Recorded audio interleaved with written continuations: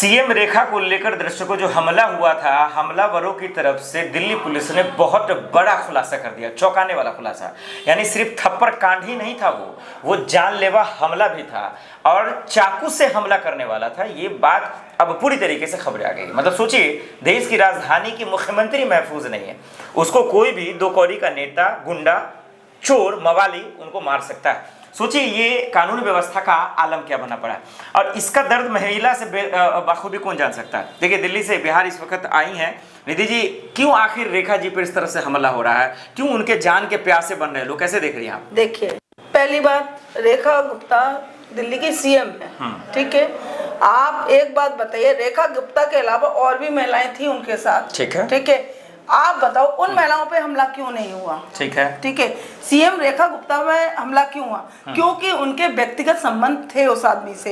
ये कहा जा रहा है कि वो महाराष्ट्र से आया था, लेकिन वो महाराष्ट्र से आया था, तुमसे ही उसकी क्यों दुश्मनी थी? मतलब आप ये कह रही हैं कि जानबूझकर हमला करवाया? बिल्कुल जानबूझ के इन्होंने हमला किया, जिससे लोगों के बीच में एक वैसा माहौल क्रिएट हो जो कि मतलब हम लोग डर जाएं, महिलाएं डर जाएं, महिलाएं अंदर से निकले नहीं। डबल इंजन, ट्रिपल इंजन की सरकार उसकी है, मोदी जी ने उनको चुना। एक बात बताओ, देश की राजधानी दिल्ली है, दिल्ली की सीएम अगर सुरक्षित नहीं है तो आम जनता कैसे, बहन बेटी कैसे सुरक्षित हो? ये सवाल आपका जायज है, ये सवाल जायज है। आप एक बात, कॉलेज में जो लड़कियां जाती हैं वो कैसे सुरक्षित करेंगी?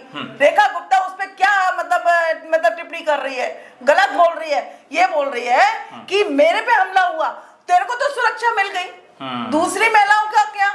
नहीं, आपकी बात बिल्कुल जायज है, सुरक्षा के हिसाब से, कानून के हिसाब से। जेट प्लस उसको लेना था। अच्छा, जेट प्लस ये तो मन ग्रंथ हुआ ना? नहीं, मन ग्रंथ नहीं। आज एक बार कोई हमला कर दिया तो तू तो वैसे ही मतलब सीएम थी ना, उसपे क्या किया तूने महिलाओं के लिए? तूने अपना बचाव कर लिया, दूसरे का क्या हुआ? सीएम रेखा गुप्ता ने अपने बचाव के लिए जेट प्लस लेने के लिए ये इतना सारा, कोई जेट प्लस लेने के लिए इस तरह से हमला क्यों करवाया? एक बात बताओ, कहाँ थप्पड़ लगा उसको? मतलब फुटेज मांग रही है, वीडियोस मांग रही हैं? बिल्कुल, कहाँ? प्रमाण दीजिए ना। यही तो सवाल है कि प्रमाण क्यों नहीं है उसपे? आप लोगों की फितरत क्यों है कि हमेशा सबूत ही मांगे? एक बात बताओ, हमारे राहुल जी से आप सबूत मांगते हो, हमारा इतना अधिकार नहीं है कि महिलाओं की सुरक्षा के लिए हम सबूत मांगे आपसे।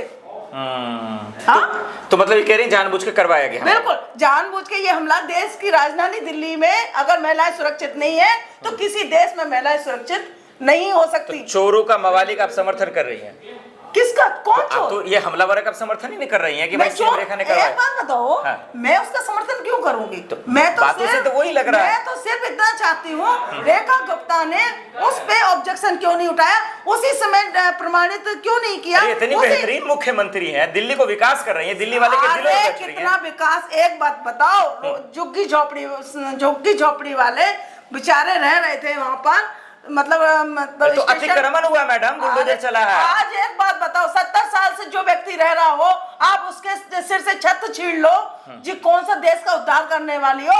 आपने उनको क्या दिया?